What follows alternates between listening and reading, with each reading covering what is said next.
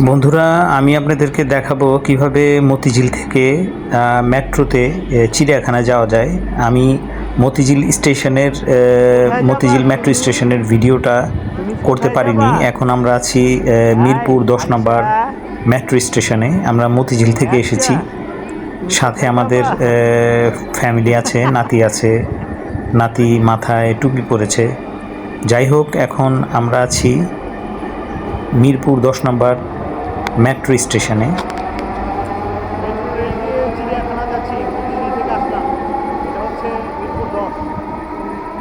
মতিঝিলের স্টেশনটার ভিডিওটা দুর্ভাগ্যবশত করা হয়নি।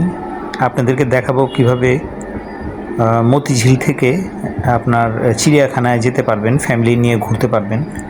সাশ্রয়ী একটা ভিডিও করেছি।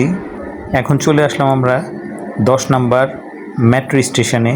এই যে আমরা নামছি, দেখেন ওই যে চলে আসছে ওরা, নাতি আছে, মেয়েরা আছে, পরিবার আছে, সবাই আছে। সবাই আমরা যাব। এখন একটা অটো আমরা নিয়েছি। অটোটা 70 টাকা নিয়েছে। অটোগুলি প্রায় 200 টাকা, 150 টাকা এরকম চায়। আপনারা দামাদামি করে নেবেন।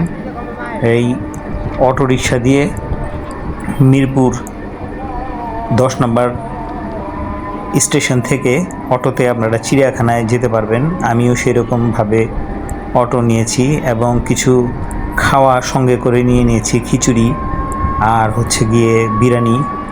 যদিও আমার এসব খেতে ভালো লাগে না দুপুরবেলায়, কিন্তু করার কিছু নেই, সেরকম একটা খাওয়া পাওয়া যায় না ভিতরে। যার জন্য সব কিছু নোংরা না করে আবার যেন ডাস্টবিনে ফেলতে পারি। এই যে আমরা চলে আসলাম চিড়িয়াখানার ভিতরে। প্রথমেই ভিতরে ঢুকতেই আপনারা দেখবেন হরিণের খাঁচাটা।